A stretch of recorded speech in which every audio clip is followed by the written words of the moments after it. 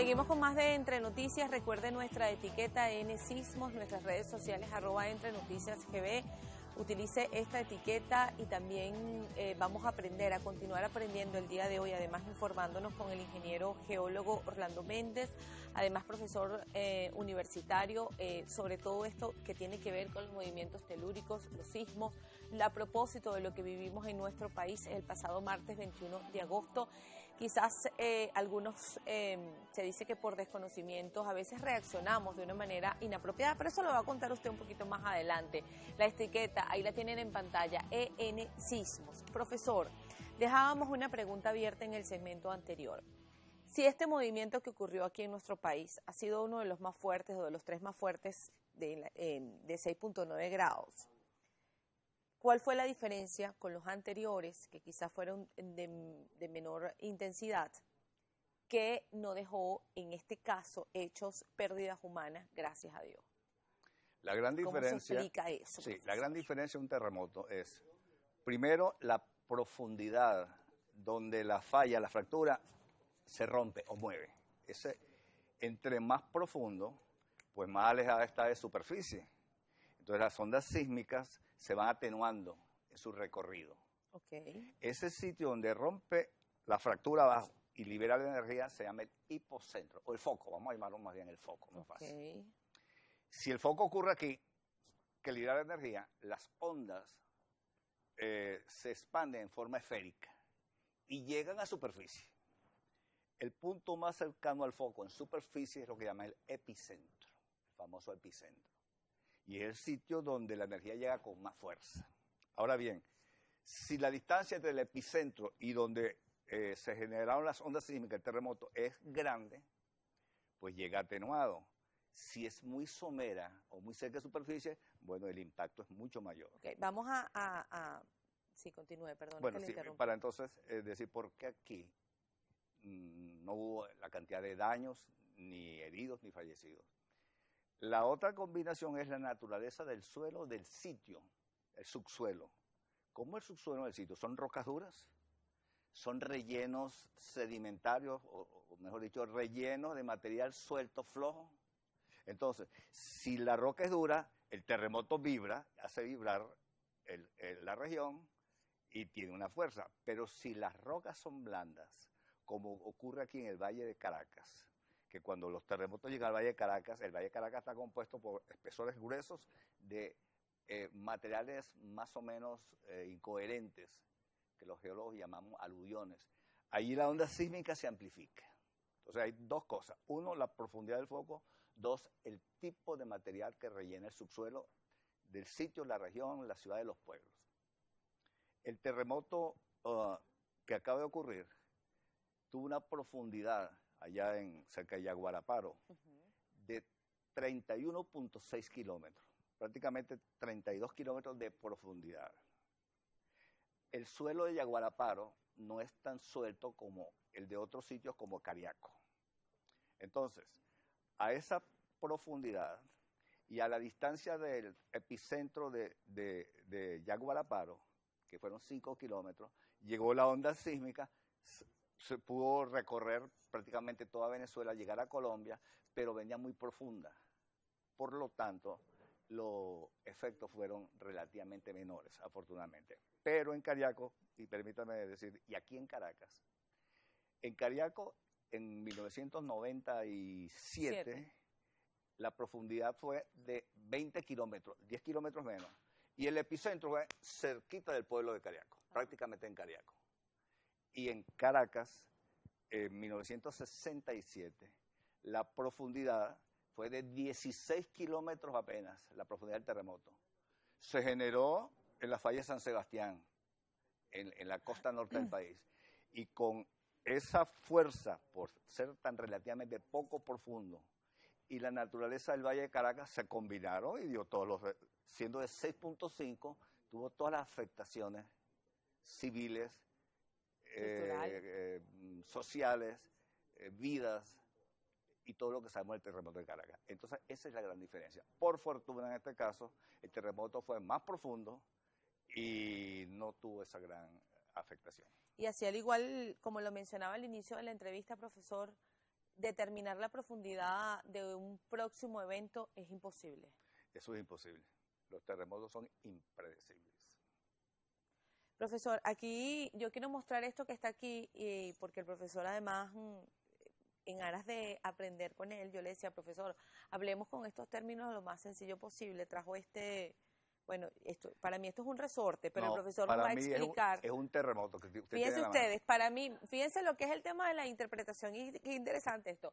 Para mí esto es un resorte, y para el profesor esto es un terremoto. Yo quiero pedir apoyo a nuestro equipo que está aquí a nuestro equipo que está aquí en el estudio. Profesor, usted va a tomar esta punta y yo se lo voy a dar a mi compañero acá. Al revés, él va a tomar esta punta. Perdón, él va a tomar esta punta, debe tener un significado, ya el profesor nos va a explicar, porque aquí vamos a aprender, el profesor nos decía durante el corte, que para mi resorte, para el terremoto, nos va a explicar lo que son las ondas sísmicas. Profesor, ahora sí la palabra es suya. ¿Sería posible extender, está bien así?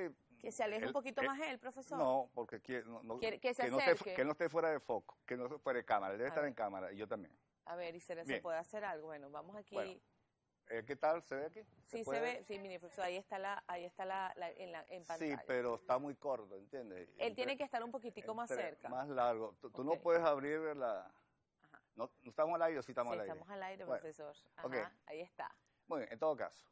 A ver, profe, entonces explíquele a nuestra audiencia qué significa este elemento que trajimos aquí al estudio. Supongamos que en este sitio hay una falla cargada de energía. ¿En esta punta? Sí, aquí, donde yo estoy. Okay. Esa falla se va a mover y va a liberar la energía que se va a recorrer en forma esférica toda la región. Yo tengo un solo terremoto, un solo resorte. Okay. De tal manera que lo que pasa aquí va a pasar hacia arriba, hacia abajo, para atrás, para adelante, en profundidad y para todos lados. Por eso es que se siente en muchos sectores.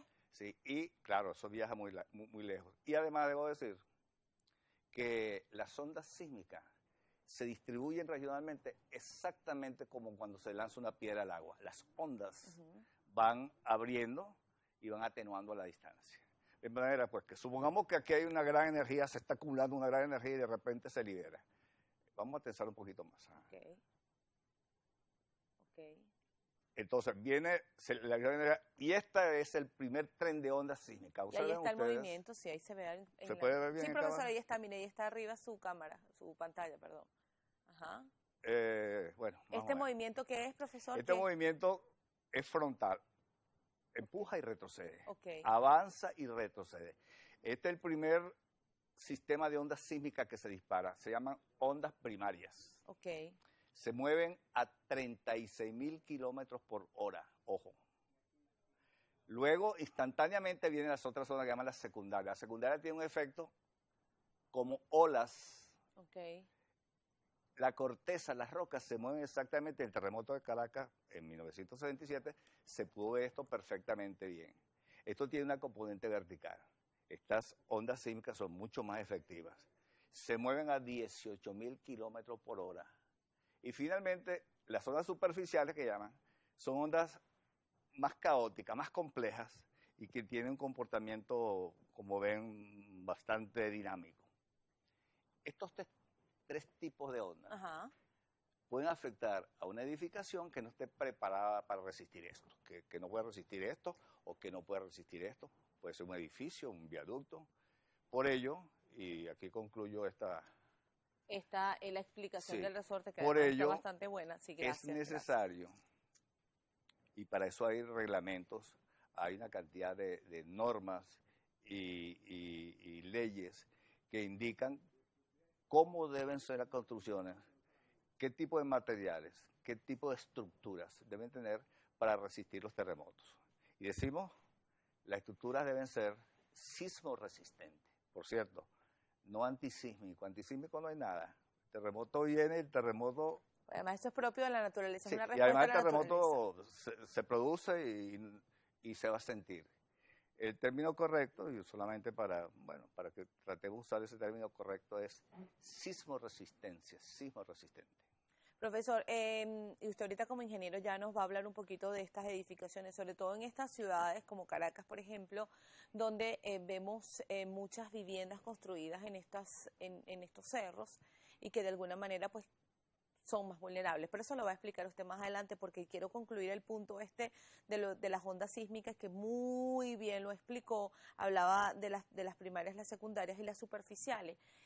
¿Podemos entender entonces, profesor, que hay unas más intensas, más fuertes, generan más daños que otros? Sí, la secundaria. Okay, porque el movimiento es más fuerte, obviamente. No, y el componente es como un componente vertical, mientras que las primarias son empuja y retrocede. Las otras es un componente ondulatorio. Cuando hablamos, profesor, de repente estamos, no sé, en un sitio detenidos y decimos, ay, como que tembló. Hablándolo aquí muy coloquial, ay, como que tembló, ay, sí, pareciera que tembló, ay, sí, 4.3, 2.5, etcétera. ¿Hablamos entonces que se ha generado unas ondas superficiales en este caso? No, cuando hay un terremoto se generan las tres siempre. Okay. Ahora, en superficie, claro, tiene un comportamiento distinto a cómo se comporta en el subsuelo, pero en todo caso, cualquier terremoto o sismo produce ese tipo de ondas sísmicas. Profesor, antes ya de hablar un poquito, ya usted además como aprovechando como ingeniero ya en el tema de la construcción, que lo decía, en el tema de las edificaciones, este tipo de riesgos y este tipo de detalles que hay que tener en cuenta y sobre todo en estas, repito, en este tipo de viviendas que se van construyendo quizás sin la permisología adecuada o en estos espacios adecuados. Vamos a leer un poquito nuestra cuenta en Twitter, @entrenoticiasgb, porque hay mucha participación de la audiencia. La señora María Quinteno escribe, hola, en Guanare no sentí el sismo, gracias a Dios, soy muy nerviosa, dice. Yo lo decía al inicio del programa, hay quienes lo sintieron y otros, yo particularmente, profesor, no sentí. Dice, la escala, le hacen una pregunta, ¿en la escala de Richter se mide en el epicentro o en la superficie? La escala de Richter es una escala del 1 al 10 y se mide en superficie. El señor o el ingeniero Carlos A. García dice, excelente programa, aprendemos de forma sencilla y clara el por qué un sismo hace más daño que otro. Feliciten al profesor y al ingeniero Orlando por sus explicaciones. Ahí está, se le están dejando. Bueno, muchas gracias. Dice Gilberto Morillo, excelente programa del ex compañero de geólogo Orlando Méndez sobre los sismos. Nerio García escribe, profesor, despegarse 2 centímetros la junta entre dos secciones de un viejo edificio constituye un peligro. Lo visible filtra agua a la azotea. No, bueno, yo no entiendo un poquito. ¿Usted lo entiende? Bueno, cualquier terremoto puede causar pequeñas variaciones o grandes variaciones en la estructura del edificio. 2 centímetros no pareciera ser muy grave el daño. Lo que yo voy a aprovechar este momento para decirles es, si hay un sismo y la edificación donde usted vive no presenta ninguna grieta, usted lo sintió y digamos no pasó nada. Bueno, no tenemos por qué entrar en alarma, aunque siempre se asusta a todo el mundo. El miedo es no, libre, ¿eh? Pero usted ve que todo resistió y tranquilo, no tiene ni por qué estar evacuando en cada momento. Pero si ve grietas, ve fracturas, ve columnas con afectaciones, allí la cosa es diferente, habrá que chequearlo con un especialista. La señora Yumar Chant, a ver Gaby si nos apoyas aquí con este tuit de la señora, escribe, las nubes, a ver, ok, ahí está, las nubes pueden indicarnos que viene un sismo, escribe la señora. Esta foto la tomé el 18 de agosto del 2018, 4 días antes del movimiento telúrico del 22, eran las 11 de la mañana en los valles del Tuy. ¿Hay algún efecto de la naturaleza o alguna expresión de la naturaleza que pudiera indicarnos, profesor? No existe, bueno, de la naturaleza sí, pero digamos del clima, no. Las nubes son producto del clima, es atmosférico, los terremotos son internos. Profesor, Milby Moreno, la señora Milby escribe, ¿por qué no ha indicado la duración del temblor del martes? ¿Cuánto tuvo? Se dice 30 segundos, ¿es cierto? Esa es una buena pregunta. Yo mismo he estado tratando de hacer mis propias conclusiones porque en mi casa lo sentimos, familiares que viven en el oriente lo sintieron, pero parece que debió ser casi 1 minuto por los comentarios. Pero yo también he estado tratando de chequear en Funvisis o en la información que Funvisis ofrece, mejor dicho. Las declaraciones, las publicaciones, y no ha habido eso. En cambio, el de Caracas del 67 fueron 35 segundos. El de Cariaco, 97, fueron 51 segundos. Yo había leído y no recuerdo dónde y que había sido aproximadamente 30 segundos, pero ojo, lo leí, no, ninguna fuente oficial. El señor Jorge A. Quintero escribe, por favor revisen los grados de inclinación de la Torre Pisa versus la noticia de la afectación de la Torre David. Es imposible 25 grados de inclinación. No repitan noticias sin sentido. Bueno, decimos la noticia según el ente oficial. Yo estoy de acuerdo con esa. Realmente lo de la Torre de David es que por arquitectura el edificio tiene Una inclinación. pero generada, según explicó Protección Civil, y uno mismo puede darse cuenta, simplemente un diseño arquitectónico novedoso, si se quiere, pero la torre no dobló, se inclinó. y mucho menos 25 grados. Gatigocha escribe, buen día, estaba en mi casa sentada cuando sentí un mareo leve, luego comenzó a moverse la mesa y la lámpara de una vez. Me levanté y me quedé debajo de la columna mirando las cosas, cómo se movían. Duró más de 30 segundos. Esto fue ella escribe desde San Cristóbal. Fíjese algo, la reacción cuando ocurren este tipo de eventos es que, y además la recomendación, y esto es tan cierto así, profesor, colocarse debajo de columnas. Hay gente que inmediatamente sale corriendo, sale de la casa. Había ya escuchado de algún experto que decía, pues no hay necesidad de que se abandone, o sea, de que se salga corriendo de casa. Cuando esto va a ocurrir, si se derrumba el edificio, no te da ni chance, por ejemplo. La gran recomendación es, si hay un terremoto, no corra, protéjase, y sobre todo la cabeza, si el terremoto es fuerte. Si está una mesa, como dijo la señora que envió el mensaje, métase debajo de la mesa, pero nunca trate de salir. El mejor sitio para estar en un terremoto es donde uno está. No pretender en esos segundos que se está moviendo salir.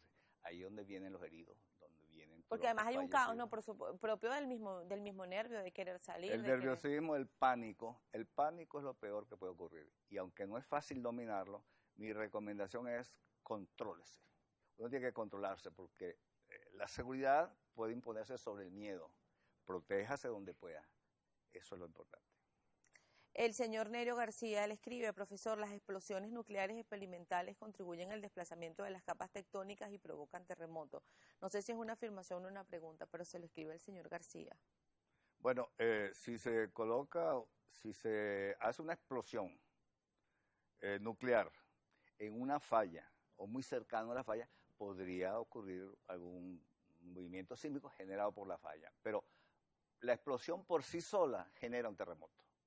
Y en el mundo, cuando se hacen pruebas nucleares, hay un monitoreo mundial de las grandes potencias para determinar dónde de repente ocurren ondas sísmicas que no son producidas tectónicamente, sino pueden localizar los sitios donde hicieron pruebas nucleares. Fíjese que le hacen, hay una pregunta que se la repiten en varios de nuestros seguidores. Escriben, la señora o la persona de la cuenta A3191, si la escala se mide en la superficie, significa que la profundidad fue irrelevante, ya que la medición fue de 6.3, le escribe.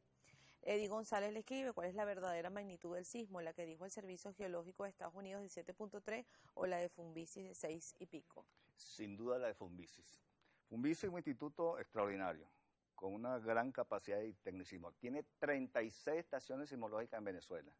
Y con las 36 estaciones sismológicas pueden monitorear localmente, regionalmente, el sismo aquí. El Servicio de los Estados Unidos, o también se dijo de Colombia, tienen también sus estaciones, pero dispersas en el planeta y hacen sus cálculos. Yo confío en 6.9, oficialmente lo que dijo Fumbisis. Profesor, el señor Raúl San José escribe, buen día, dada la descripción del suelo del Valle de Caracas, ¿es factible que en caso de sismo se genere el fenómeno de fluidificación de terreno en alguna zona? Cuando hay la licuación o licuefacción del suelo.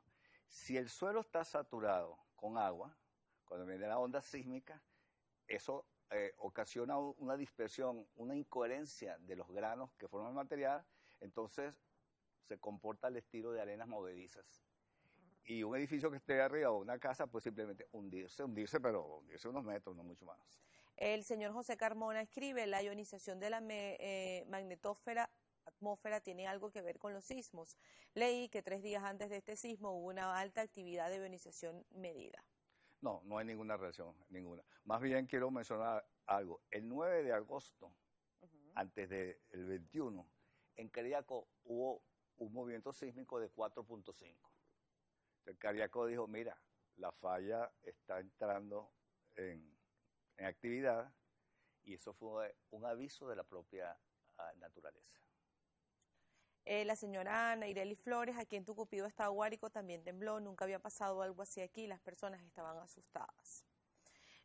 Paola Díaz, excelente programa, gracias por orientarnos al respecto. Gracias, señora Paola. Lorena del Valle le escribe, la duración de un sismo, cómo se mide, y es importante al momento de un sismo. Gracias, excelente programa.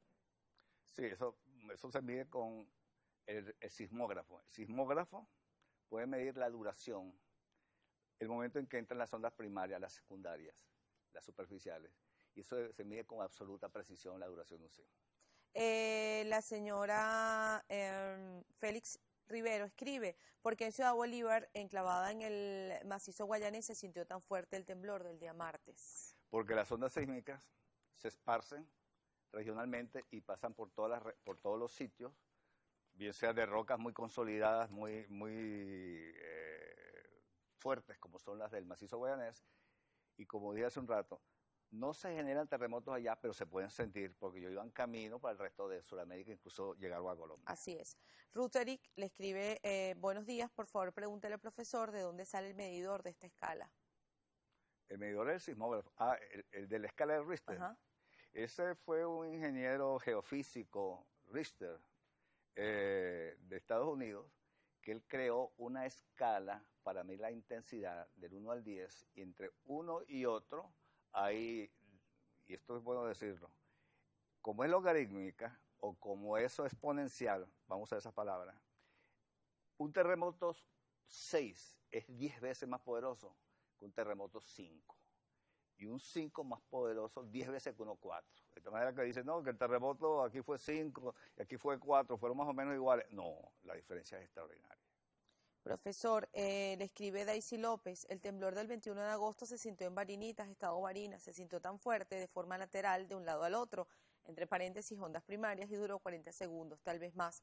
Gracias por el programa. Muy bien. Bueno, cada quien lo cuenta desde su propia vivencia, ¿cierto? Mayra Quintero dice, no sentí el temblor en Guanare, ya lo habíamos leído a la señora Mayra. Ya tenemos que ir a una pausa, profesor. Vamos a despedir, antes de enviar a la pausa, leer estos dos últimos tweets. Rafael Enrique Malpica, buen día, excelente explicación del profesor. Una pregunta, ¿qué relación guarda la duración con los daños que causa el sismo? Han habido de menos intensidad y con más daño. Lo había explicado, pero ahorita lo puede recordar ya al regreso. Y ad hoc, así es su cuenta, porque solo cuando hay un sismo de cierta magnitud es que se recuerda que en Venezuela es zona sísmica, y es para cuando recuerdan que se debe educar en esta materia al pueblo. Gracias, le parece que lo hacen por moda. Vamos a ir a una pausa y ya vamos a continuar conversando, profesor, cuáles son estas recomendaciones que usted puede hacer, y sobre todo, lo decía usted, el momento de hacer unas construcciones. Sobre todo yo quiero hacer nuevamente este llamado, sobre todo a estas personas que construyen viviendas en esta zona, quizás en estas montañas o en estos cerros, no solamente aquí en Caracas, también en otros estados de nuestro país. Hablamos sobre estos efectos del sismo, lo que ocurrió el pasado 21 de agosto. Usted continúa participando, por supuesto, utilizando la etiqueta ENSismo a través de nuestras redes sociales, @EntreNoticiasGB. Hablamos con el ingeniero geólogo Orlando Méndez, profesor universitario además. Ahí está en pantalla. Ya venimos con más.